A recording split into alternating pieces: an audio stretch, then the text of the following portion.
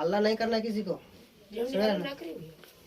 हल्ला भी नहीं करना है। सुनिए ना, देखिए नंबर सिस्टम, संख्या पद्धति। अभी सबको समझा ना कि संख्या पद्धति यानी नंबर सिस्टम क्या है, उसमें कौन कौन सी संख्या के बारे में पढ़ना है, अभी सबके बारे में बताए ना बाबू। जिसमें पहली संख्या क्या पढ़ना है आपको, प्रकृत संख्या। कौन सा क्या पढ़ना है, प्रकृत संख्या। तब प्रकृत संख्या को इंग्लिश में कौन सी नंबर बोलते हैं, नेचुरल नंबर। कौन नंबर, नेचुरल नंबर। तो नेचुरल नंबर किसे कहते हैं, यानी प्रकृत संख्या किसे कहते हैं। देखिए गिनती के लिए जिन संख्याओं का उपयोग करते हैं, जिन संख्याओं का उपयोग करते हैं या तो किया जाता है ना, क्या बोल सकते हैं, गिनती की संख्याओं में, यानी गिनती करने के लिए जिस संख्या का उपयोग किया करते हैं वह संख्या को प्रकृत संख्या कहते हैं। क्या बोलेंगे कि गिनती के लिए जिन संख्याओं का उपयोग किया जाता है उसे कौन सी संख्या कहते हैं, प्रकृत संख्या कहते हैं। जैसे में 1 2 3 4 5 6 7 8 9 10 11 यह कह सकते हैं अनंत तक, यानी जितना दूर जा सकते हैं उसमें कोई दिक्कत नहीं, अनंत, जिसका गिनती का कोई अंत नहीं है, अनंत तकला इत्यादि सभी प्राकृत संख्या, यानी जितना भी जो संख्या है गिनती के लिए जितना भी संख्या का हम उपयोग करते हैं सब कौन सी संख्या है, प्रकृत संख्या। कौन संख्या, प्रकृत संख्या। देखिए प्रकृत संख्या को समूह को एन से सूचित करते हैं। कितना सूचित करते हैं, एन से। यानी प्रकृत संख्या को अगर डिनोट करना होगा, सूचित करना होगा तो एन बराबर लिखे 1 2 3 4 लिखेंगे या तो 5 6 7 लिखेंगे, यानी कुछ भी। यानी ये एन संख्या, अगर कहने का मतलब कि प्रकृत संख्या को हमको सूचित करना है कि किस से सूचित करेंगे तो एन बराबर लिखे उस संख्या को क्या करना है, सूचित करना है, लिखना है। दिक्कत, चलिए देखिए अर्थात में लिख सकते हैं एन बराबर 1 2 3 4 डॉट डॉट डॉट कहाँ तकला, अनंत तकला। क्या बोलते हैं, अनंत। इसको बोलते हैं बाबू अनंत, इसको बोलते हैं अपरिभाषित। अपरिभाषित कहने का मतलब है कि जिसका कोई मतलब नहीं है, जिसका कोई अंत नहीं है, अनंत तकला जा सकता है। क्या होता है, अनंत तकला जाता है। सबसे छोटी प्राकृत संख्या कौन होती है, 1 होता है। सबसे छोटी प्राकृत संख्या 1 होता है। कोई दिक्कत। अब बोल दे कि सबसे बड़ी प्राकृत संख्या कौन है, तो कोई इसका अनुमान नहीं लगा सकता कि सबसे बड़ा प्राकृत संख्या कौन है। कोई बता सकते हैं कि उसका कोई अंत नहीं, तो कौन बता सकता है कि सबसे बड़ा प्राकृत संख्या कौन है, कोई बताएगा, नहीं बताएगा। ठीक है, चलिए आप देखिए पूर्ण संख्या। कौन संख्या, पूर्ण संख्या। बिना थोड़ा सही से बैठा, मुंह पर काला कलम डाल रहा है। देखिए इधर पूर्ण संख्या। पूर्ण संख्या के इंग्लिश में बोलते हैं होल नंबर। क्या बोलते हैं, होल नंबर। तो होल नंबर यानी पूर्ण संख्या किसे कहते हैं, कौन संख्या, पूर्ण संख्या। तो क्या बोले, पूर्ण संख्या प्राकृत संख्याओं में शून्य को शामिल यानी सम्मिलित करने पर, यानी शामिल करने, जो प्राकृत संख्या का जो समूह है उसमें किसको शामिल कर देंगे, शून्य को शामिल करने पर जो संख्या प्राप्त होती है, जो संख्या बनती है वह संख्या कौन सी संख्या कहलाती है, पूर्ण संख्या कहलाती है। कौन सी संख्या कहलाती है बाबू, क्या बोला, शून्य को सम्मिलित करने पर जो संख्या प्राप्त होती है पूर्ण संख्या कहलाती है। पूर्ण संख्या को W से सूचित किया जाता है। कितना से, W से। यानी पूर्ण संख्या को, जैसे हम अभी बता रहे थे कि प्राकृत संख्या को किसे सूचित करते हैं, N से, उसी प्रकार से पूर्ण संख्या को कितना से सूचित करते हैं, W से सूचित करते हैं। जैसे 0 1 2 3 4 5 6 7 अनंत तकला, यानी इसको भी कोई अंत नहीं है कि पूर्ण संख्या की अंतिम कोई संख्या है। जैसे अगर कोई पूछ दे कि सबसे प्रथम पूर्ण संख्या कौन है तो 0 बता दीजिएगा। क्या बताइएगा, 0, क्योंकि 0 सबसे पहले, 0 के बाद कोई संख्या है नहीं है, तो सबसे पहले कौन सी संख्या आती है, 0 आती है। फिर ना तो दूसरा एक परिभाषा आप नोट में सरल भाषा में, छोटा परिभाषा में किसी अगर कोई पूछता है तो बता सकते हैं क्या कि शून्य से अनंत तक की संख्या को, जो शून्य से स्टार्ट होता है अनंत तक की जो संख्या जाती है वह संख्या पूर्ण संख्या कहलाती है। किसी को कोई दिक्कत, समझ में सबको आ गया, अंकित आ गया। चलिए ठीक है, तो आप लोग आगे उतार लिए।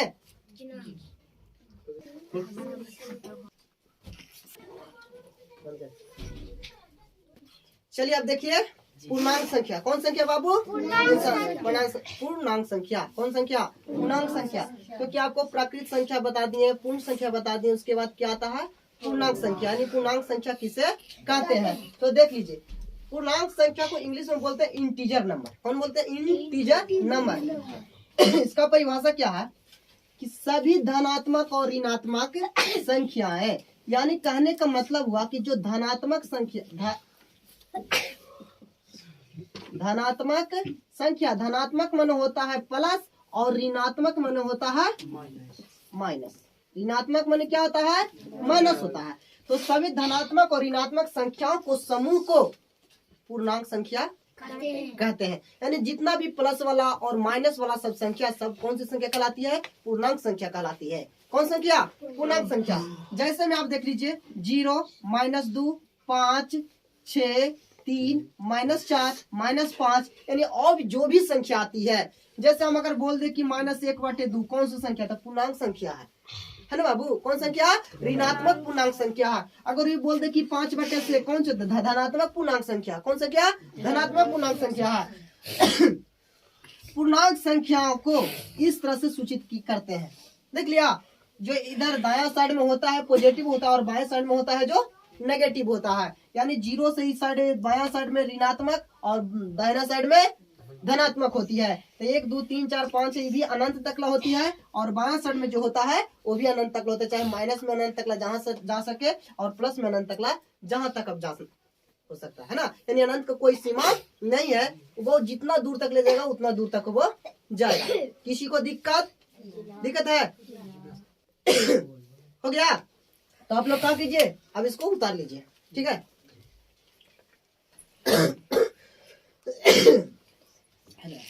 बड़ी खांसी हो गया। देखिए अब क्या पढ़ना है? सम संख्या और विषम संख्या। क्या? सम संख्या और विषम संख्या। तो सम संख्या को इंग्लिश में इवन नंबर बोलते हैं। क्या बोलते हैं? Even number. तो इन इवन नंबर किसे कहते हैं? सम संख्या किसे कहते हैं? वैसी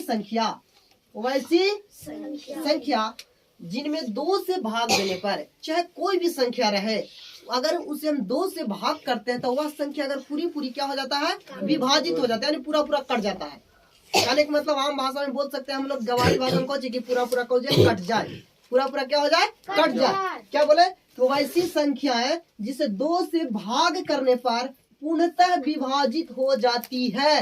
पूर्णतः विभाजित हो जाती है, यानी किसी भी संख्या का अगर हम 2 से भाग करते हैं, अगर वो पूरा कट जाता है, एक भी से कटने का मतलब हुआ कि शेषफल कुछ भी ना बचे।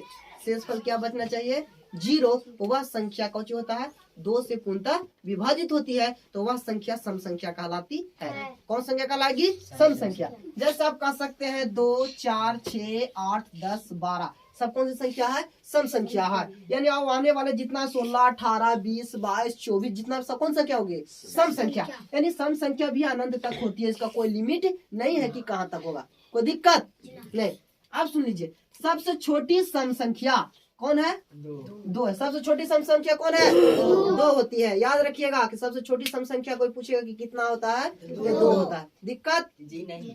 अब देखिए विषम संख्या। विषम संख्या को इंग्लिश में ओड नंबर बोलते हैं। कौन सा नंबर? Odd number. तो ओड नंबर किसे कहते हैं? वैसी संख्याएं जिनमें 2 से भाग करने पर पूर्णतः विभाजित नहीं होता। एक मतलब कि 2 से जब उसको भाग करेंगे पूर्णतः विभाजित ना होगा, मतलब क्या हुआ कि जब उससे 2 से हम भाग करेंगे, चाहे कोई भी संख्या होगा, जब 2 से भाग करेंगे तो क्या होगा? कुछ नहीं, 1 या 2, 1 जब भी शेष बचेगा, कितना शेष बचेगा? 1 बचेगा, क्योंकि 2 तो बच नहीं सकता, क्योंकि 2 तो 1 के बाद कौन सी संख्या आती है? 2। जब भी शेषफल बचेगा तो 1 ही बचेगा ना बाबू। यानी 1 भी शेष नहीं बचे। क्या बोले? 1 भी शेष नहीं बचता। अगर शेष बच जाता है तो वह संख्या विषम संख्या कहलाएगी। भाग देंगे तो कुछ शेष बचेगा कि नहीं? विषम संख्या को क्या बोलता है? कि वैसी संख्या जिनमें 2 से भाग करने पर पूर्णतः विभाजित नहीं होता है, का मतलब उससे कोई शेष बच जाता होता है, उसे विषम संख्या कहते हैं। जैसे 1 क्या है? विषम संख्या। 3, 5, 7, 9, 11, 13, 15, 17, 19 है ना, सब कौन सी संख्या है? विषम संख्या है, जिसको हम भाग करेंगे 2 से तक किसी न किसी एक शेष बच जाएगा। कितना बचेगा? शेष बचेगा। यानी 2 से पूरा नहीं कटेगा, तो वह संख्या विषम संख्या कहलाती है। सबसे छोटी विषम संख्या कहेगा तो कितना आएगा? 1। जो शुरू में रहता वही ना सबसे छोटा रहेगा, छोटू को सबसे छोटा होगा नहीं, तो सबसे छोटा विषम संख्या कितना? 1। चलिए कोई दिक्कत? उतार लीजिए। चलो लक्ष्मण इधर देखिए अब क्या है? भाज्य संख्या। भाज्य संख्या को बोलते हैं कोप्राइम। क्या बोलते हैं? भाज्य संख्या को कोप्राइम नंबर, इसे कहते हैं भाज्य संख्या। ऐसी संख्याएं जो एक और स्वयं के अलावे किसी अन्य संख्या से पूर्णतः विभाजित हो जाती है। क्या बोले कि एक और स्वयं के अलावा, यानी कहने का मतलब हुआ कि जो संख्या चाहे अगर मान लिया 15 है, एक को और स्वयं 15 को छोड़कर किसी अन्य संख्या का यदि विभाजित हो जाता है तो यह संख्या भाज्य संख्या कहलाएगी। कौन संख्या कहलाएगा? भाज्य संख्या। क्या बोले कि एक को या तो स्वयं को छोड़कर किसी दूसरा संख्या से विभाजित हो जाए। कौन संख्या से? किसी दूसरा संख्या से। जैसे कहने का मतलब है बाबू देख लो 24, कौन सी 24, सबसे पहले तो 1 से होगा और 24 से होगा, 1 से कट जाएगा 24 से कट जाएगा। तो क्या बोलो कि एक और स्वयं को छोड़कर किसी अन्य संख्या से विभाजित हो जाए, यानी किसी दूसरा संख्या से क्या जाए, वह विभाजित हो जाता है, यानी पूरा पूरा कट जाता है, तो वह संख्या भाज्य संख्या कहलाती है। जैसे 24 देखिए 3 से कटेगा, 6 से कटेगा, 8 से कटेगा, के गो से कट रहा है ना, ढेर से संख्या से कट रहा है, तो ये संख्या कौन सी संख्या कहलाएगी? भाज्य संख्या कहलाएगी। उसके बाद आप बोल सकते हैं या तो कह सकते हैं जैसे कि 4 है तो 4 1 से कट रहा है और 4 इसके अलावा कैसे कट रहा है?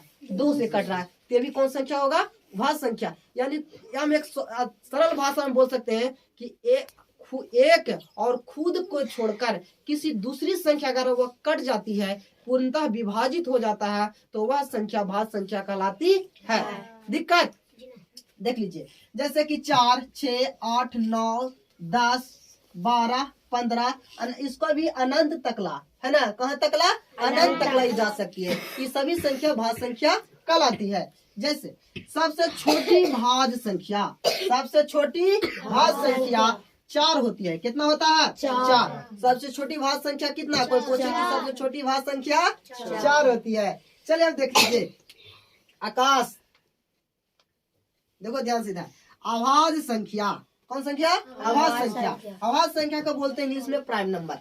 कौन नंबर? प्राइम नंबर बोलते हैं। तो इसका बिल्कुल उल्टा, ऊपर भाज्य संख्या का बिल्कुल उल्टा, जैसे उसमें कहा कि खुद को एक और खुद को छोड़कर किसी अन्य संख्या से कट जाए उसे भाज्य संख्या कहते हैं। इसको में क्या कहता है कि एक और खुद को छोड़कर किसी दूसरा संख्या से नहीं कटे, किसी दूसरा संख्या से नहीं कटे, यानी पूर्णतः विभाजित नहीं होती है। जैसे देख लिए ऐसी संख्याएं जो एक और स्वयं के अलावा अन्य किसी संख्या से पूर्णतः विभाजित नहीं होती है, वह संख्या अभाज्य संख्या कहलाती है। वह संख्या अभाज्य संख्या कहलाती है। जैसे 2, 3, 5, 7, 11, 13, 17 सब कौन संख्या है? अभाज्य संख्या है। यानी देख लीजिए, जैसे कहने का मतलब है बाबू की 2 है, 2 कैसे कटेगा? 1 से कटेगा या तो 2 से कटेगा, किसी नहीं कटेगा। जैसे 17 है, 1 से कटेगा नहीं तो 17 से खुद से कटेगा, किसी और संख्या से नहीं कटेगा। ये संख्या कौन संख्या है? अभाज्य संख्या है। सबसे छोटी अभाज्य संख्या कहे तो सबसे छोटी अभाज्य संख्या कौन होगा? 2 होती है। कितने होती है? 2 होती है। किसी को कोई दिक्कत? चलिए ठीक है, तो उतार लीजिए।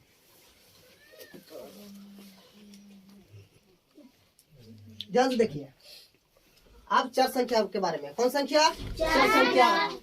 चर संख्या के बारे में जानना है तो चर संख्या के इंग्लिश में बोलते हैं वेरिएबल नंबर। वह संख्या जिसका मान बदलता है, जिसका मान बदलता है, उस संख्या को चर राशि या चर संख्या कहते हैं। यानी कह सकते हैं कि जिसका मान हमेशा क्या करते रहे? बदलते रहे, वह संख्या चर संख्या कहला गया, तो चर राशि बोल सकते हैं। क्या बोल सकते हैं? चर राशि। जैसे देखिए कैसे बदल सकता है। जैसे उदाहरण के तौर पर हम कह सकते हैं कि एक्स वाई जेड, यानी बोल सकते हैं कि एबीसीडी की जितनी भी संख्या है ए से जेड तक सब कौन सी संख्या है? चर संख्या है। कौन संख्या है? चर संख्या। जिससे एक बार हम बोल रहे थे कि ए से जेड तक की संख्या को चर संख्या कहते हैं, बोलते हैं ना बाबू। तो एबीसीडी की जितना भी संख्या सब चर संख्या कहलाएगी, लेकिन उसका मान हमेशा क्या होता रहता है? बदलते रहता है, एक लिमिट संख्या नहीं है। जैसे हम बोल सकते हैं कि x - 4 बराबर 0, x - 4 बराबर 0, तो इसको लिख सकते हैं कि x बराबर माइनस में जैसे बराबर की पटी जाता है तो इसका चिन्ह क्या हो जाता है? चेंज होता है। तो बदल गया कि नहीं? x का मान बदल गया, तो x बराबर कितना आ गया?